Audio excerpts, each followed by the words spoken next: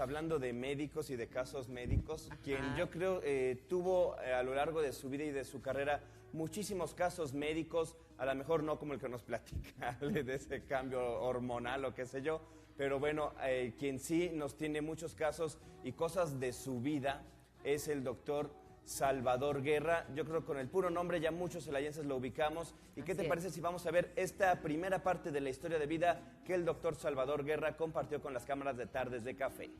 Vamos entonces a escuchar qué nos comparte.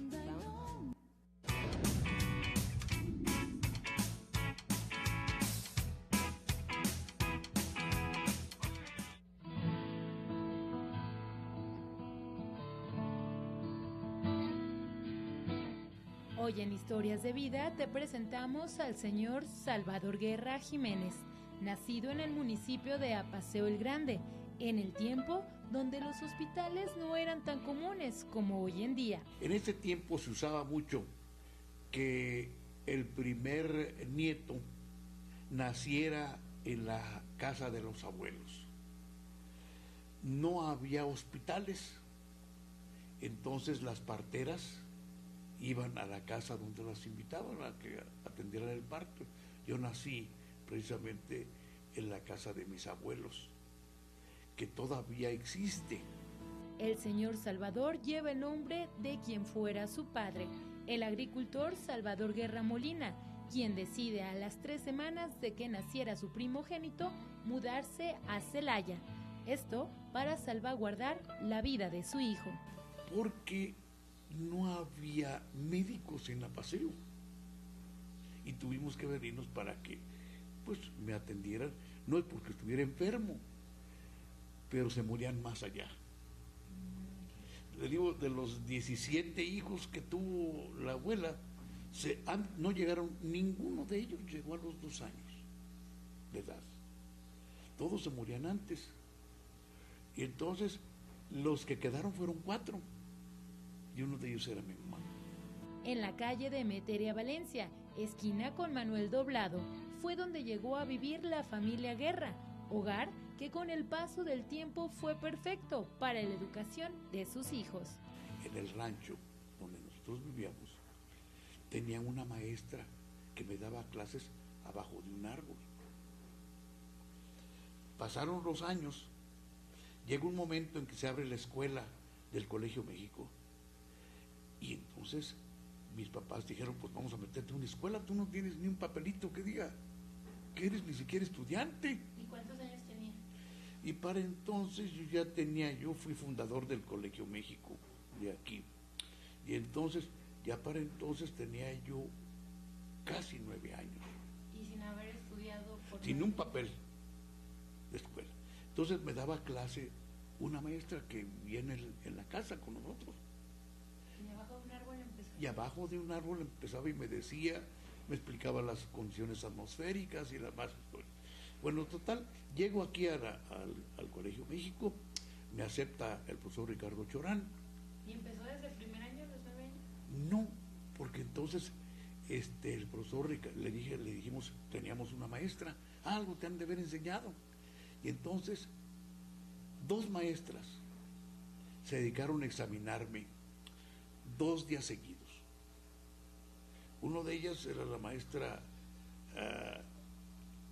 Graciela Florescano, y la otra maestra me hicieron el examen de todos los conocimientos y determinaron que yo estaba listo para el 4º año de primaria.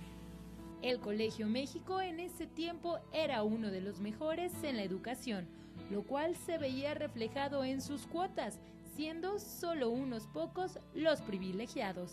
Y entonces el primer día de clases, sobre todo porque nunca había estado con nadie, y me encuentro con que todos los que estaban allí en las clases eran puras gentes de familia muy importante en la ciudad, ¿no? Entonces, pues estaba los hijos de Suárez, los de Nieto, y cada uno de ellos tenía una particularidad. O sea, eso ya no es muy importante decir, porque las peculiaridades de la familia pues son peculiaridades familiares, ¿no? Pues puros muchachos de los Ponce, de los Almeida, y obviamente que pues no tenía ninguna persona conocida, ahí nos conocimos, ¿no? Tenía una cosa, una peculiaridad. Yo era bastante delgado, bastante delgado, no porque no comía en el rancho, sino porque eran otras características. No tomábamos refresco, no había comida chatarra, solamente comía, y ya ni le platico de las cosas como comía. En ese tiempo nos daban, tenía mi mamá allí en el rancho, tenía gallinas y todo lo demás, y a los huevos nada más les cortábamos un pedacito, les poníamos sal. Ay. Y entonces eso, si lo hace ahora alguien, se llena de salmonelas, ¿eh? Debido a su alimentación, era muy delgado, por lo que lo apodaron el desnutrido, peculiaridad a la que se sumó otras, por lo cual no era muy querido. Bueno, la cosa es que a mí me tocó la circunstancia de haber nacido con memoria fotográfica. No es muy bueno, ¿eh? ¿Por qué no es muy bueno? Porque no piensa en nada. El chiste para obtener los conceptos y que se queden con usted, pues tiene que pensar, ¿por qué?